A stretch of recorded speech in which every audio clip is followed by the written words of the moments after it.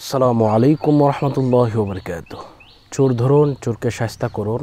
চুরির মাল ফেরত পেতে কী কী আমল করবেন আজকে সম্পূর্ণ কিছু আপনাদেরকে বলে দেওয়ার চেষ্টা করব ইনশাআল্লাহ। আল্লাহ পাক রব্বুল আলামিন পবিত্র কালামুল্লাহ শরীফের মধ্যে ৬৬৬৬ খান আয়াত নাজিল করে দিয়েছেন।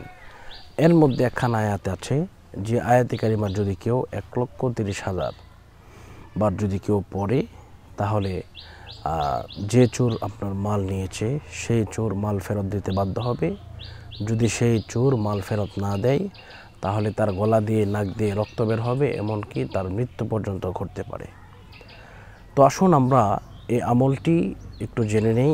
আল্লাহর মায়ের বোঝা যায় না, এজন্য যারা আল্লাহর নাম নিয়ে আল্লাহকে উদ্দেশ্য করে আল্লাহর উপর তাওয়াক্কুল করে আপনারা যারা পড়বেন ইনশাআল্লাহ সে ক্ষতিগ্রস্ত হবেই হবে।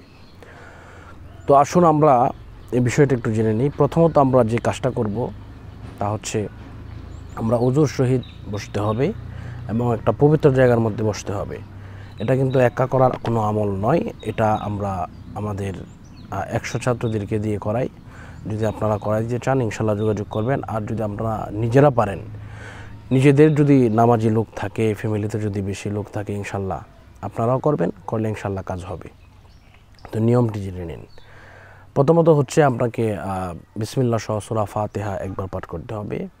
বিসমিল্লাহ সহ সূরা ইখলাস ৩ বার পাঠ করতে হবে। কয়েকবার দুরূদ শরীফ পাঠ করার পরে এরপরে আপনি ইনশাআল্লাহ এটা শুরু করবেন, লা ইলাহা ইল্লা আনতা সুবহানাকা ইন্নী কুনতু মিনাজ জালিমিন। এটি আপনি যখন ১০০ বার পড়বেন, প্রতি ১০০ বার পর আপনাকে পড়তে হবে।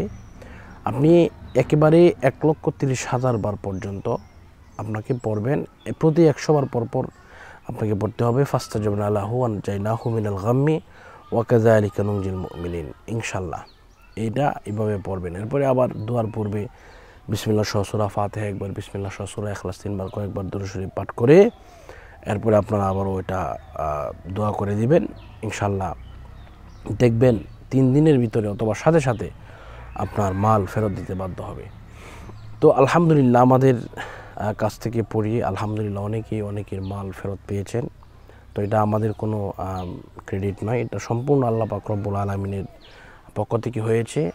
এটা আমরা নিজেদের পক্ষ থেকে কোনো ক্ষমতা দিয়ে আমরা বের করি নাই। এই কোরআনের আয়াতের অলৌকিক শক্তি দিয়ে ইনশাআল্লাহ এই সমস্ত কাজ হয়ে থাকে। আমরা অনেকে কবিরাজের কাছে দৌড়াদৌড়ি করি, বিভিন্ন টাকা পয়সা নষ্ট করি। আমরা এইভাবে টাকা পয়সা নষ্ট না করে আমরা আল্লাহর কালামকে তেলাওয়াত করব।